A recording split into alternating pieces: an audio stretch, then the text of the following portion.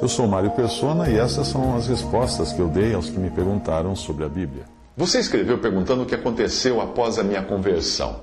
Bem, em 1976 eu estava profundamente envolvido com macrobiótica, com filosofias orientais, com ocultismo, toda a sorte de espiritualismo e tudo que era diferente eu estava correndo atrás. Eu era extremamente místico. Misticismo era o que eu estava mergulhado.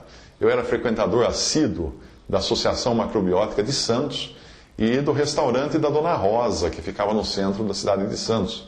Além de também ser presença constante em todos os cursos esotéricos, filosóficos e coisas desse tipo, que aconteciam em Santos. Santos era uma cidade onde tinha muito disso. Eu cheguei a fazer um curso na Nova Acrópole, em Santos, que é uma organização também filosófica, também voltada para o misticismo, voltada para as coisas esotéricas.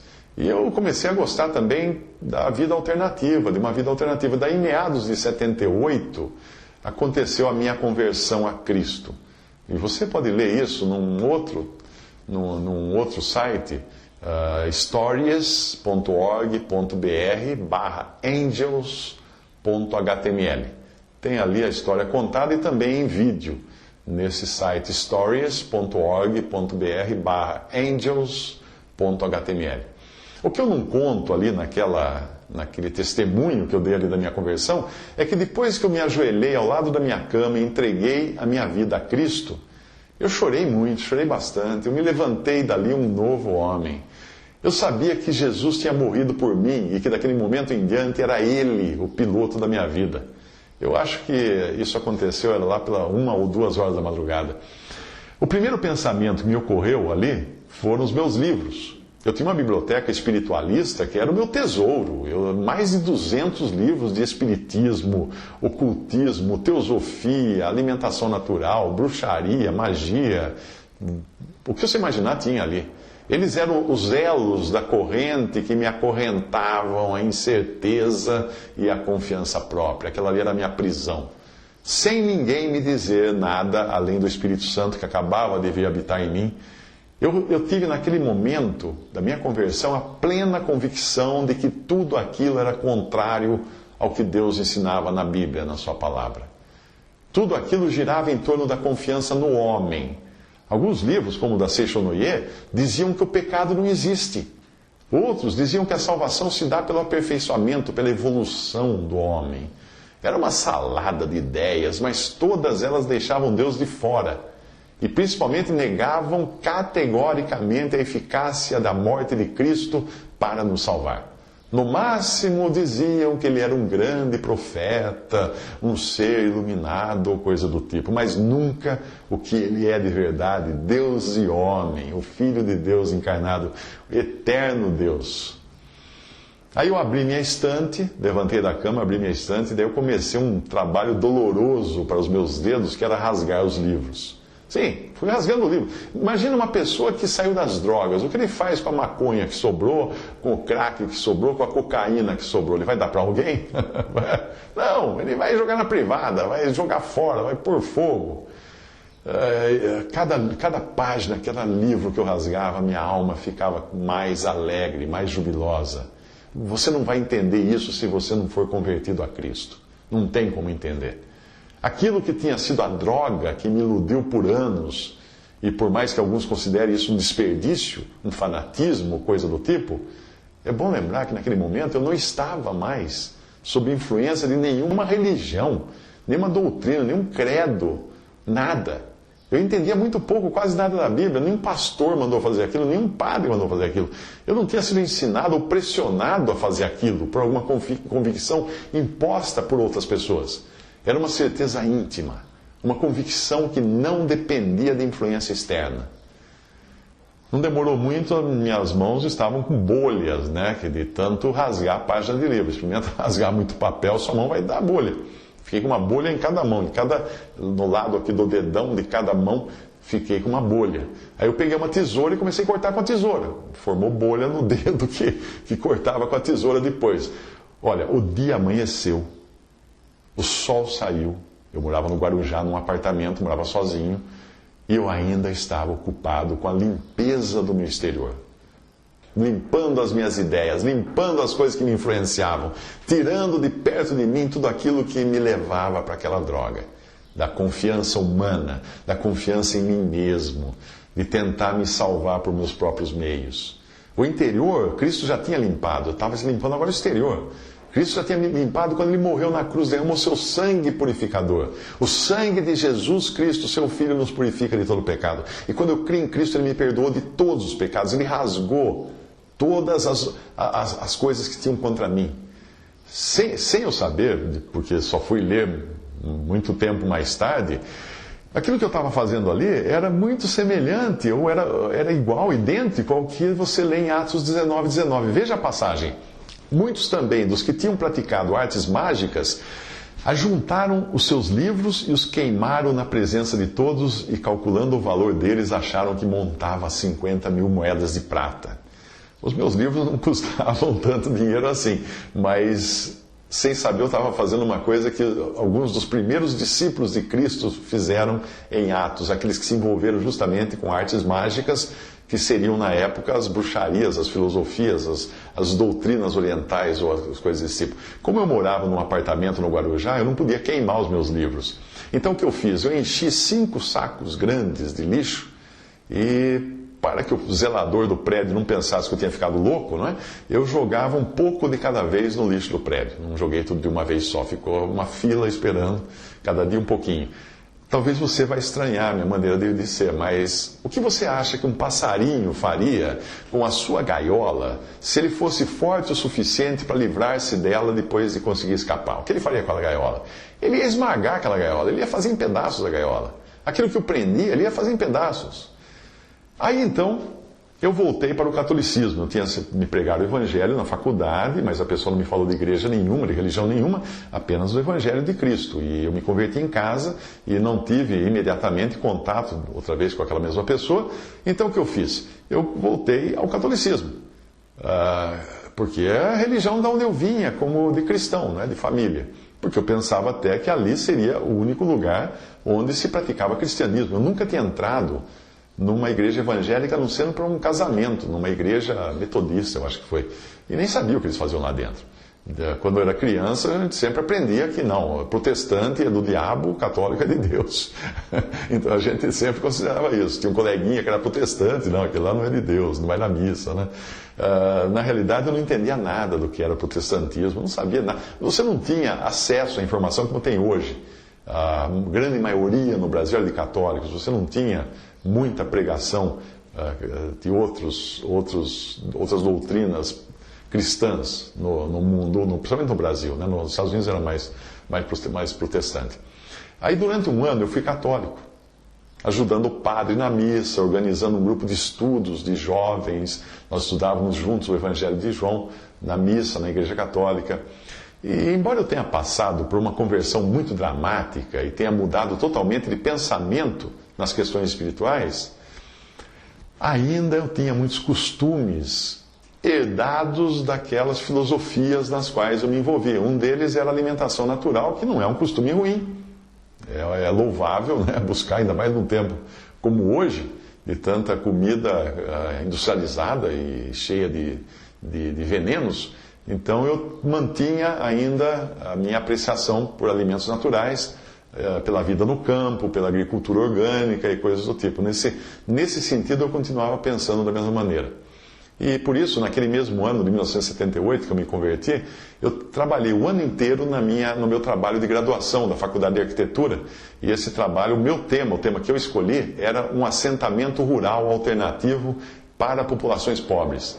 Na época, ninguém falava em sem terra, não existia o termo sem terra. Falava-se em poceiros. O que eram poceiros? Eram pessoas sem condições que tomavam posse de uma terra para plantar sua mandioca, seu feijão ali e viver daquela cultura de subsistência. Então, o meu projeto era de uma comunidade assim, de um pequeno povoado de poceiros, porém utilizando energia eólica, energia solar, gás metano para produzir gás para os fogões. A própria tecnologia da construção das casas era uma coisa muito diferente do tradicional. e tudo muito desconhecido pela maioria dos brasileiros, e principalmente uma faculdade de arquitetura, que mais se ocupava com vidro e concreto do que com outra coisa. O interesse, quando eu fui fazer a apresentação do meu trabalho de graduação, o interesse foi imenso. A faculdade caiu em peso para assistir minha apresentação, vendo porque o cara é louco. Fez um trabalho de graduação de um tema que não tem nada a ver, não tinha na época nada a ver. Eu importei livros, eu precisei importar livros dos Estados Unidos para poder pesquisar, porque não tinha internet, não tinha na biblioteca da escola, não tinha, na faculdade não tinha livro sobre energia alternativa. Ninguém falava no assunto. Nós estamos falando de 1978, veja, não tinha ninguém que falasse do assunto. A apresentação do meu tema, como era obrigatório ser datilografado, eu datilografei, não existia computador na época. Porém, eu fiz a apresentação que eu entreguei para os professores, era em história em quadrinhos, porque eu era um cartunista. Então eu desenhei em quadrinhos a apresentação. No dia da apresentação, encheu a sala de gente, estava apinhada de estudantes, queria ver quem era o louco, que tinha projetado casas feitas de solo cimento, cobertas de lasca de madeira, cobertas de palha, de sapê, com os lixos sendo jogados num buraco onde criava gás, com energia solar, com uma coisa, tudo louco.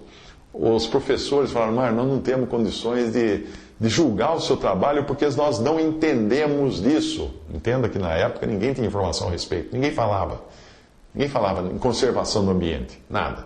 O legal era derrubar a árvore naquela época, abrir Transamazônica, estamos falando da época da Transamazônica.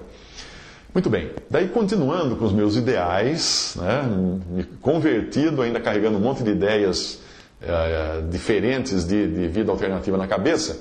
Em janeiro de 1979, recém-formado e recém-casado, eu embarquei numa Kombi cheia de equipamentos até o teto. Equipamentos para morar no mato. E aí nós rumamos para o meio rural em Goiás, para Alto Paraíso, mais especificamente para morar numa fazenda comunidade que se propunha a cuidar de crianças órfãs. Depois eu descobri que não tinha fundamento para aquilo, mas isso é uma outra história. Naquela época, a gente levava mais de 6 horas para viajar os 200 e poucos quilômetros de barro puro de Alto Paraíso, de Brasília até Alto Paraíso, que era o caminho para se chegar lá. Hoje é famosa Alto Paraíso, é uma cidade turística, tem asfalto até lá. Eu já voltei lá com asfalto, é outra história, né? Viajar com asfalto até lá. Mas Alto Paraíso estava sendo, na verdade, o término de um processo do meu envolvimento com novas tecnologias e com novos conceitos de vida. Como eu contei na história da minha conversão, eu passei 3 anos envolvido com filosofias orientais, alimentação, vida natural, macrobiótica, espiritismo, etc. Aí veio a conversão, que mudou a minha cabeça na parte espiritual da coisa. Porém, eu continuei com o mesmo modo de vida, as mesmas roupas rasgadas, a mesma vontade de mudar o mundo, porque eu não conhecia ainda a Bíblia a fundo, né? Eu conhecia muito pouco, conhecia a minha salvação só. A minha ida a Alto Paraíso fazia parte desse ideal, que eu achava que ia mudar o mundo. Eu não fui para lá para buscar algo espiritual, não, eu já tinha encontrado vida em Cristo. Mas eu fui lá para fazer alguma coisa pelos pobres, para mudar o mundo, ajudar crianças e coisas assim. E lá que eu conheci melhor a natureza humana e a noção de valor. Muito do que se acredita ser pobreza, na verdade é uma opção. Né? A pessoa pode preferir a mesa de sinuca ao trabalho, é uma opção. Como muitos preferiam lá, ia procurar alguém para me ajudar no trabalho no campo, a pessoa estava na sinuca, hoje não dá, estou ocupado. Então a base de tudo, eu descobri, estaria na educação. Se você quer mudar pessoas, tem que mudar a educação das pessoas. Nós moramos naquela fazenda, que eu falei que seria uma comunidade, era chamada Bonespero, era uma comunidade de esperantistas, que nunca decolou, na verdade. No sentido de ser um lugar de famílias que queriam adotar crianças órfãs e cuidar dela, é para isso que nós fomos lá, mas isso na verdade nunca aconteceu, não ficou nenhuma família lá cuidando de crianças órfãs. Mas nós moramos lá, eu acho que 2 semanas, porque daí foi o tempo suficiente para nós entendermos que os reais objetivos das pessoas que fundaram aquele lugar não eram esses. A ideia daquela comunidade tinha começado na década de 50 ou de 60, mais ou menos, foi 50 e pouco, eu acho, por meio de um grupo de espíritas que foi para lá às custas de uma participante do grupo que era rica, que tinha dinheiro, que financiou o início do projeto. Alguns do grupo, então, começaram a viajar pelo Brasil com um livro de ouro, pedindo doações em indústrias, doações para os pobres, para as crianças órfãs e abandonadas que iriam viver ali naquela fazenda. Mas a minha decisão de largar, depois de 2 semanas só, de deixar aquele lugar, foi quando eu escutei de um dos membros originais do grupo, que já estava bem velhinho na época, que estava com mais de 70 anos na época e já faleceu. Eu escutei dele me explicando que a ideia inicial não era de uma entidade assistencial. A ideia inicial era de criar uma comunidade para esperar o 3º milênio naquela região, porque eles diziam que tinham recebido uma revelação de espíritos que diziam que ali seria o reduto salvador da humanidade, para um novo começo, para uma nova era, e ia tudo começar ali, daquela comunidade que eles iam fundar em Alto Paraíso de Goiás. Pelo jeito não começou. E como faltava, isso na década de 50, como faltava um bom tempo para o 3º milênio, a ideia então de uma instituição de amparo à criança veio a calhar, porque aí seria possível eles receberem doações e também ter algum reconhecimento como de utilidade pública. E realmente fizeram uma escola, conseguiram lá algumas crianças para estudar nessa escola, mas muitas crianças eram importadas até, porque na região, se você conhece o sertão, você vai saber que não existe criança órfã no sertão.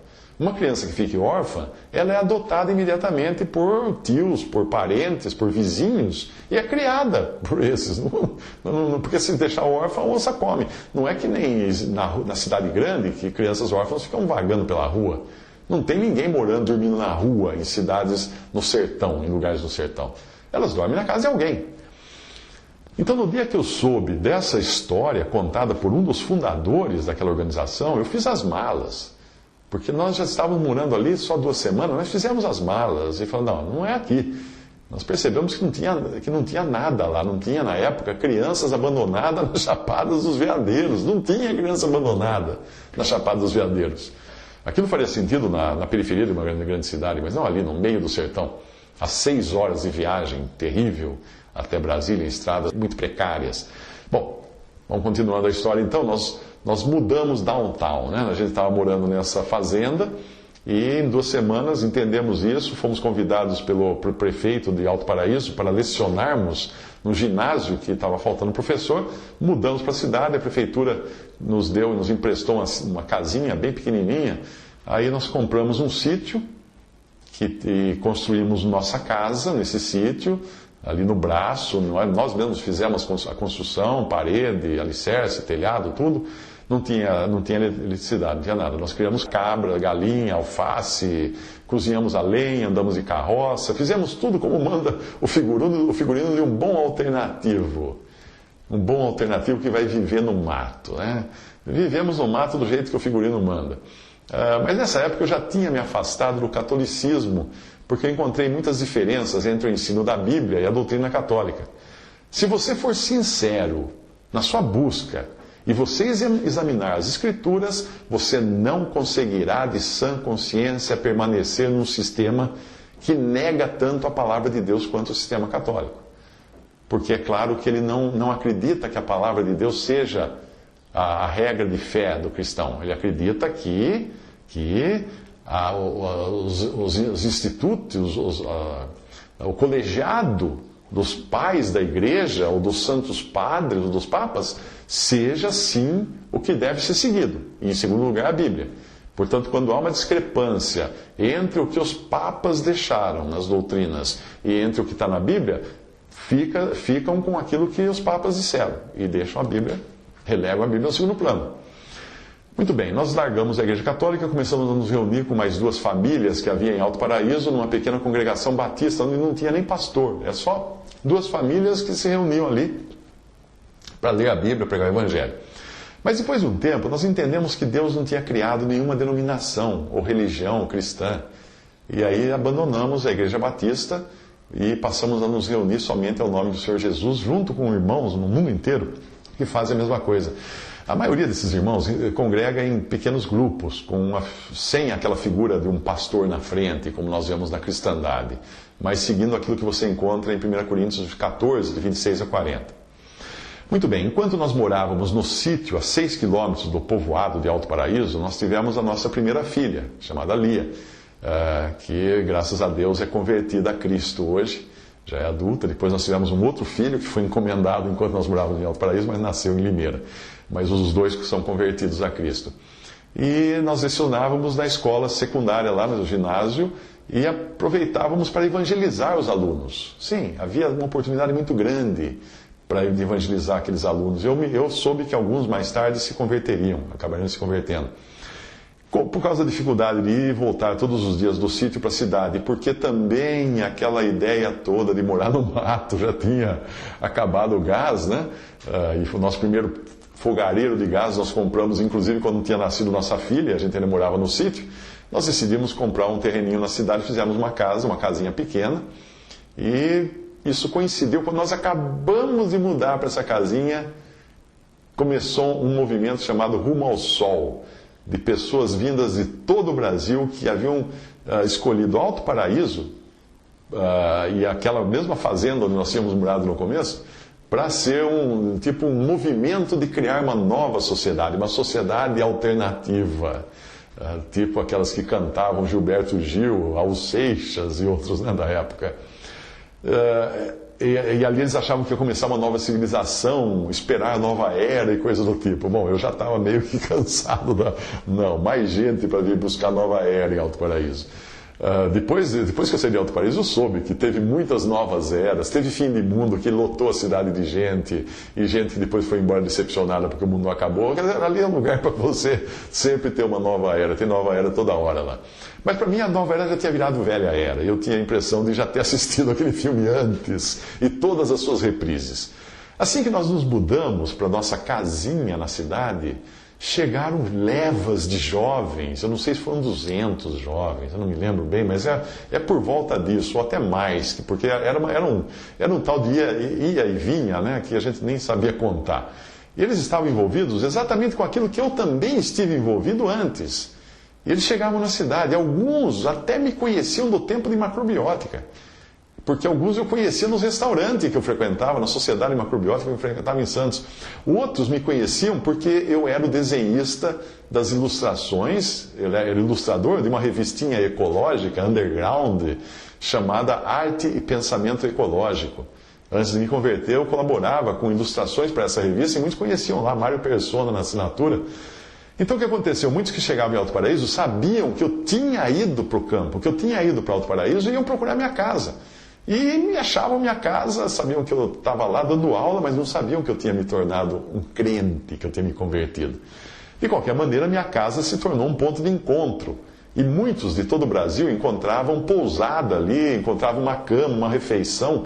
E a gente largava a porta aberta, porque o ônibus chegava de madrugada, de Brasília, e eles já tinham endereço, iam lá, de manhã acordavam, ia na sala, tinha um monte de gente deitada no chão que eu nem conhecia. A gente deixava a porta aberta, justamente para isso. E eles então, dali da minha casa, eu depois os levava para a Fazenda Bonespero, onde eles pretendiam começar aquela comunidade e morar por lá. Bom, de qualquer maneira, a casinha nossa na cidade, que eram 2 dormitórios, um banheirinho, uma sala-cozinha emendada e uma pequena lavanderia, piso de... Eu não lembro se o piso da casa era de cimento na cidade ou já era ladrilho, eu não me lembro agora, mas não tinha forro. Até outro dia nós comentávamos como Alto Paraíso era frio, né? E agora voltamos para Alto Paraíso, eu voltei para Alto Paraíso recentemente com toda a família para revisitar e não achamos tão frio, mas daí caiu a ficha, que nós morávamos lá, na época não existia forro na casa, o vento entrava de um lado, saía do outro e balançava as teias de aranha que havia no madeiramento do telhado. Na casa da cidade que nós estávamos morando, todos os dias então, nós tínhamos hóspedes barbudos, cabeludos, vestidos de maneiras totalmente indianas, aquelas roupas, colares, pulseiras, adeptos de vida alternativa, de doutrinas espiritualistas, de tudo que era aquilo que eu tinha vivido antes. Só que eles, quando chegavam em casa, eles escutavam o Evangelho. Alguns amigos dos antigos meios ecológicos, por onde o meu nome circulava antes da minha conversão, sabiam que eu estava lá em Alto Paraíso, mas não sabiam que eu tinha me tornado crente. E aí tinha um choque quando chegavam lá, né? E alguns indicavam, não, vai lá, procura o Mário Persona e tal. Chegavam lá e tinha um choque, porque pensavam que eu estava lá esperando Nova Era também, mas eles não sabiam que para mim aquela Nova Era já era velha. Eu já estava fora da Nova Era. Bom, muitos dos que não sabiam que eu tinha me convertido ficavam surpresos quando iam me visitar. De qualquer modo, eu procurei ser de auxílio a todos os que me procuravam. E eu colocava minha casa à disposição dele, minha comida à disposição deles, deixava eles muito à vontade, e nós viramos uma espécie de albergue. Você tem em Alto Paraíso hoje muitos hostels, né? Que são aqueles hotéis para mochileiros. Pois é, eu inaugurei o primeiro de Alto Paraíso, só que era grátis, era diferente dos modernos que tem lá agora. Mas nós viramos então aquele albergue de mochileiros, de recém-chegados, e não era difícil ter uma noite em que nós tínhamos meia dúzia de cabeludos e cabeludas espalhados pelos colchões, pelo chão da casa, um saco de dormir, a porta ficava aberta, como eu falei, o ônibus chegava de Brasília a 1 da madrugada, era um ônibus que vinha, só um, e sempre chegava um mochileiro dormindo na minha sala que eu só ia conhecer de manhã, quando eu acordava o rapaz, e ia dizer muito prazer para ele. Aí na hora do café, antes de servir o café, eu explicava para todos que o nosso costume ali em casa era fazer uma leitura da Bíblia. E era um capítulo do Antigo Testamento e um capítulo do Novo Testamento, e antes nós cantávamos 2 hinos. E só depois era servido o café. Dávamos graças e servíamos o café. Bom, muitos deles torciam o nariz. Você imagina esses caras, chegar na casa de um crente, um cara que se converteu a Cristo, e de repente eles estavam lá, torcendo o nariz, mas eles não reclamavam, eram muito educados, não reclamavam da vida, porque a pousada era gratuita, e depois ainda tinha carona para levar até a fazenda. Eu não tive problemas significativos com toda essa gente desconhecida frequentando a minha casa. É interessante, né? Muita gente pensa assim, poxa, você deixava aquele pessoal tão cabeludo, barbudo, não sei. Gente, eram gente finíssima, eram pessoas finíssimas, pessoas que vinham, que estavam também nas mesmas buscas que eu tinha estado antes disso. Portanto, não eram pessoas, não eram marginais, não eram pessoas bandidos que estavam entrando na minha casa. Eram pessoas que, como qualquer outra pessoa, em busca de alguma coisa. O pessoal me respeitava e alguns chegaram a morar vários dias na minha casa. Um deles porque nós faltou um professor na escola, ele tinha saído lá da fazenda, da comunidade, e morou 1 mês na minha casa. Outros moraram na minha casa porque deu uma epidemia de infecção com carrapatos naquela fazenda onde eles foram morar, e eles ficavam lá em casa tomando antibióticos graves, daí, bem fortes, né? Porque nada debelava aquelas feridas enormes que tinham nas pernas, a não ser antibiótico forte. Bom, foram dezenas de jovens que passaram pela minha casa no ano e meio que nós moramos na cidade. Nós moramos 3 anos no total, 1 ano e meio no sítio e 1 ano e meio na cidade. Nós tínhamos morado menos de 1 mês naquela fazenda, Bonespero. Depois, 2 meses nós moramos numa casa alugada na cidade, da prefeitura, mais 1 ano e pouco no sítio, e no final de 81, finalmente, nós saímos de Alto Paraíso definitivamente. De qualquer maneira, aquele movimento todo de jovens, em 1981, já tinha esfriado. Muitos tinham ido embora. Apenas uma meia dúzia deles ficou lá, 1 dúzia deles ficou por lá. E como alguns não tinham para onde ir, eu emprestei a eles o meu sítio. Ainda enquanto eu morava lá, eu ainda tinha o sítio. Então eu emprestei o sítio para eles, com a casa no sítio, para eles morarem. Teve criança que nasceu no sítio. E eu agora, na minha visita ao Alto Paraíso, fui conhecer uma que nasceu no sítio, inclusive, uma garota sensacional, tem hoje um café excelente lá em Alto Paraíso. E na época eu emprestei também uma Variant, eu tinha um Fusquinha e uma Variant, e daí a Variant eu não usava, eu emprestei a Variant para eles eles poderem ir e voltar do sítio, enquanto eles morassem lá, vendendo pão na cidade, vendendo pão integral na cidade. Nesse meio tempo, o governador do estado, que na época era Ari Valadão, tinha eleito Alto Paraíso, tinha escolhido Alto Paraíso para ser capital alternativa de Goiás. Não existia ainda o estado de Tocantins. E eles estavam reformando a cidade inteira. E então o progresso começou a chegar, começaram a asfaltar a cidade, começou a vir gente de todo lado do Brasil para morar na cidade. E aí deu um estalo do tipo assim, o que eu vou ficar fazendo aqui? E aí nós decidimos voltar e recomeçar a vida em Limeira, que é a minha cidade natal, com um escritório de arquitetura que durou uns 2 anos aqui em Limeira. E depois nos mudamos para São Paulo por necessidade de emprego, não é? Trabalhei no Banco Itaú, depois trabalhei na companhia do metrô. Em 1998 eu larguei outra vez o emprego dessa feita na companhia do metrô, pedi demissão, para me dedicar em tempo integral a uma editora sem fins lucrativos que publica folhetos evangelísticos e livros cristãos. A Associação Verdades Vivas, é uma ONG. Depois disso, eu passei a trabalhar com fins lucrativos. Saí dessa editora, fui diretor de comunicação e marketing de uma empresa de tecnologia da informação, abri minha própria empresa, escrevi livros e chegamos nos dias de hoje, quando eu trabalho como palestrante empresarial, palestrante de temas para empresas, com muitas bagagens que eu trouxe nesse caminho, nessa vida, e muitos quilos também de peso e de experiência. Bom, o único contato que eu mantive com pessoas daquele grupo de jovens que frequentavam a minha casa em Alto Paraíso foi com aqueles que se converteram depois de todos esses anos. E um deles registrou na sua página pessoal na internet umas palavras interessantes que eu descobri um dia navegando pela internet. Eu nem sabia dessa página dele. Ele diz assim: e em Alto Paraíso conheci o Mário Persona. Foi ele que me falou pela primeira vez que eu tinha uma casa e não era neste mundo. Mas eu não aceitava. Enquanto isso, eu vivia vendendo poemas e ramalhetes de flores na rua, fazendo instalações elétricas, torrando o meu café assombreado. Tardei 1 ano até decidir me tornar um cidadão dos céus. Aceitei o Senhor Jesus como meu Salvador.